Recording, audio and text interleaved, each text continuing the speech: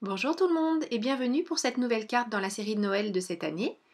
Alors la carte que je vous présente en générique n'est pas celle que je vais réaliser dans la vidéo, tout simplement parce que celle de la vidéo, je l'ai envoyée à une amie sans prendre le temps de la prendre en photo en fait, et j'en ai refait une pour une autre amie, alors pas pour la même occasion puisque celle d'aujourd'hui c'est une carte de Noël mais d'anniversaire, et l'autre c'est juste une petite carte coucou d'hiver en fait. Mais on est quand même toujours bien dans notre série de Noël pour celle qui nous concerne aujourd'hui. Je vais d'abord découper ce cadre, donc c'est un die qui découpe un cadre avec l'extérieur fausse couture et l'intérieur avec un petit motif festonné, et ça va me servir à poser mes personnages à l'intérieur de ma carte. J'obtiens donc ce joli petit cadre, et derrière je vais rajouter une petite colline. Donc je prends comme d'habitude mon die colline fausse couture de chez Lone Fawn, et je vais découper une chute de Bristol blanc pour réaliser ma petite colline enneigée. J'utilise bien sûr à nouveau ma Cuttlebug, donc cette fois-ci je vous l'ai montré dans la première découpe pour celles qui ne connaîtraient pas ce genre d'outillage, mais là je vais le faire hors caméra puisque vous avez compris le principe maintenant. Pour mettre derrière ma colline, je vais découper un rectangle qui s'adaptera parfaitement au cadre que j'ai découpé tout à l'heure.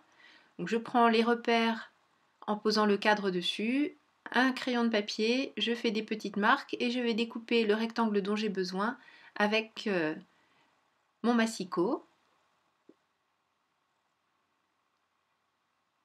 Et ce rectangle, je vais ensuite le mettre en couleur avec mes encres Distress.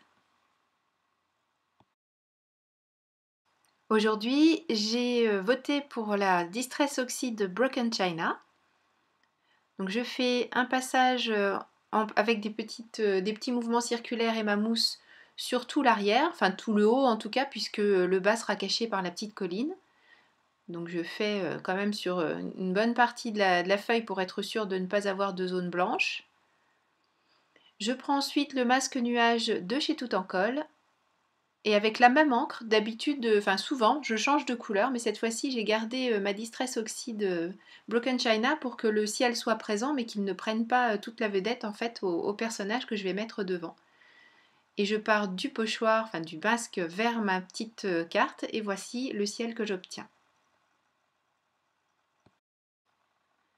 La vedette de ma carte aujourd'hui, c'est cette petite fille de la collection Pure Innocence de chez My Favorite Things. Je vais la tamponner sur cette chute de papier. Alors je ne sais plus si c'est du China Douglas ou du Maya. Le China est en 300 grammes, le Maya en 270. Alors, je sais que c'est un papier épais que j'avais utilisé, mais je ne sais plus lequel. En tout cas, vous obtiendrez des résultats similaires que ce soit l'un ou l'autre. Ils sont d'excellente qualité tous les deux. Il n'y a que le grammage qui varie. Et je vais tamponner avec mon encre Memento puisque je vais faire une mise en couleur avec mes polychromos et je vais estomper avec ma solution de mélange, d'où l'intérêt d'utiliser la Memento.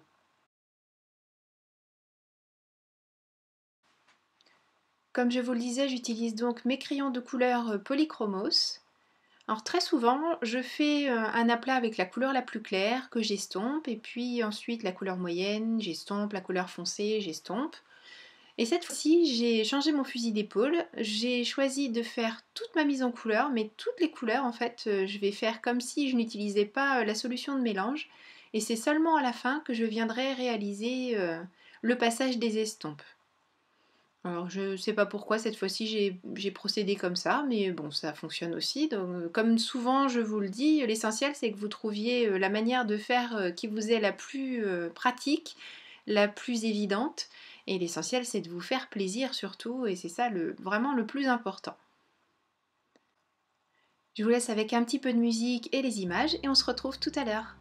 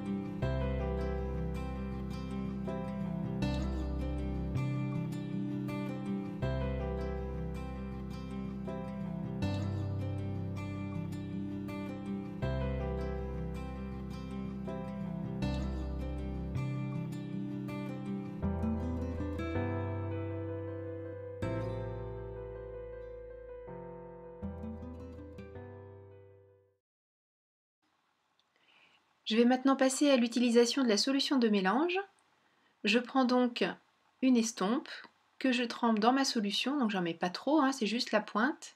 Et je viens passer sur ma mise en couleur en partant du plus clair vers le plus foncé et en essayant de faire attention de ne pas trop effacer les nuances que j'ai pu créer, puisque vous le voyez, enfin, vous allez le voir surtout sur le manteau, la différence après passage de la solution de mélange est assez incroyable. Je nettoie mon estompe à chaque fois, puisque là je suis passée sur le bonnet, j'ai fini par la couleur la plus foncée et ici je veux recommencer par la couleur la plus claire du manteau. Donc si j'étais intervenue directement en gardant sur mon estompe cette couleur foncée, pardon, j'aurais complètement abîmé le foncé de mon manteau. Là j'ai tourné l'estompe, voilà, ça se voit pas beaucoup, pour éviter d'avoir cette couleur foncée en première position. Et petit à petit, je vais venir fondre toutes les couleurs, comme d'habitude, hein, faire en sorte que mes aplats soient les plus jolis possibles, et puis effacer des transitions trop nettes et juste faire quelque chose de très doux entre chaque tonalité. Et je fais comme ça pour toutes les couleurs que j'ai posées tout à l'heure. Je peux maintenant passer à la phase découpage et à la phase ancrage des côtés, enfin ancrage, noircissement des côtés en fait pour enlever les petites imperfections et puis faire en sorte qu'on ne voit plus le blanc de mon papier sur les côtés de cette découpe.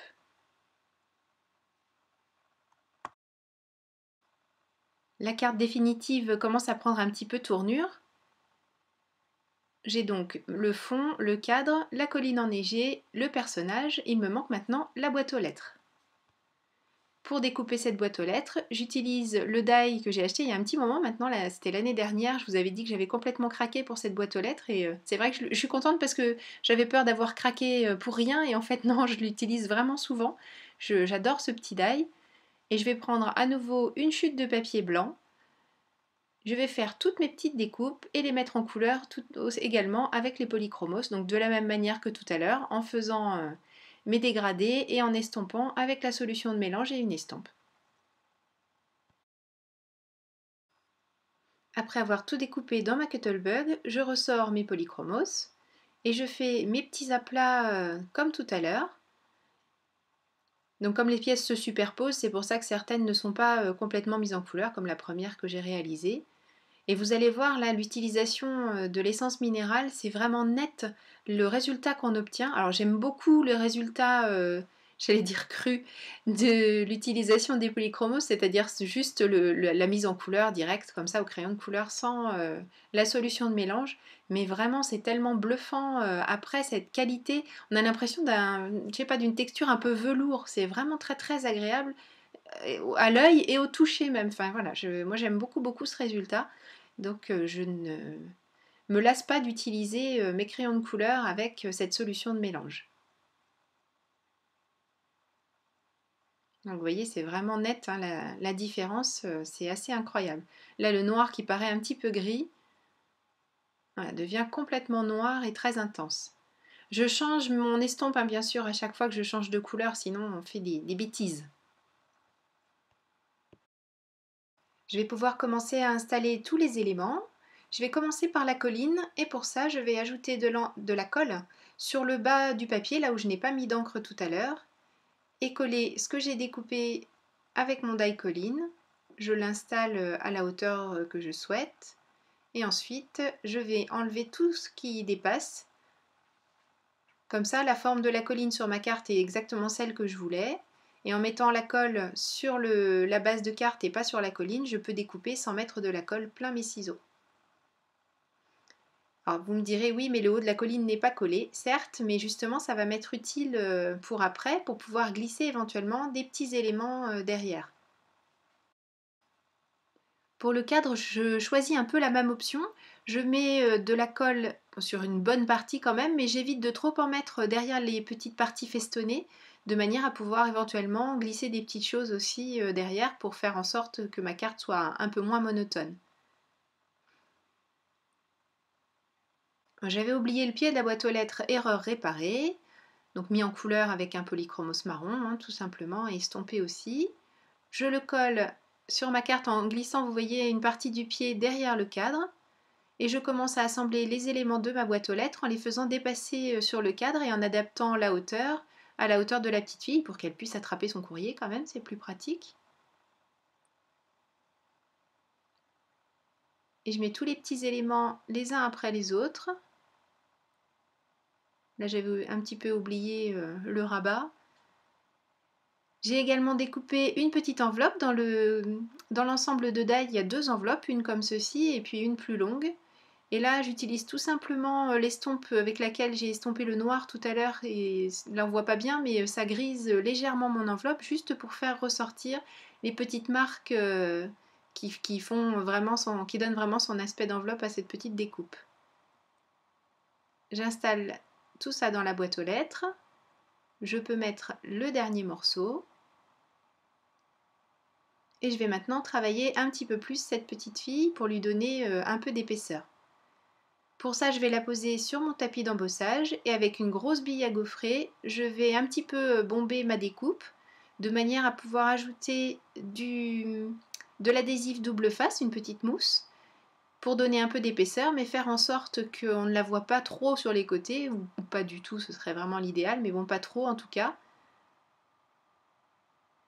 Et je peux la mettre en place sur la carte en donnant l'illusion que la petite enveloppe est dans sa main.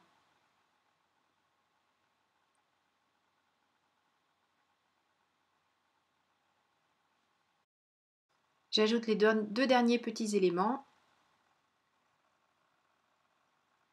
et le petit morceau d'herbe au pied de la boîte aux lettres en le glissant lui aussi un petit peu derrière les festons et en faisant en sorte qu'à droite par contre ça passe par-dessus. J'ai ressorti ma collection de papier pailleté, miroir et autres effets mat que j'ai acheté chez Tout en Colle et j'ai choisi d'utiliser le pailleté argent pour faire une découpe parce que comme je vous le disais en début de vidéo, c'est une carte d'anniversaire cette petite carte. Donc je ne vais pas écrire Joyeux Noël mais Joyeux anniversaire. Alors vous avez pu remarquer que c'est une découpe très très fine. Donc plutôt que de m'embêter à mettre de la colle dessous et puis éventuellement en faire baver partout, j'utilise mon sticker maker de chez Xyron.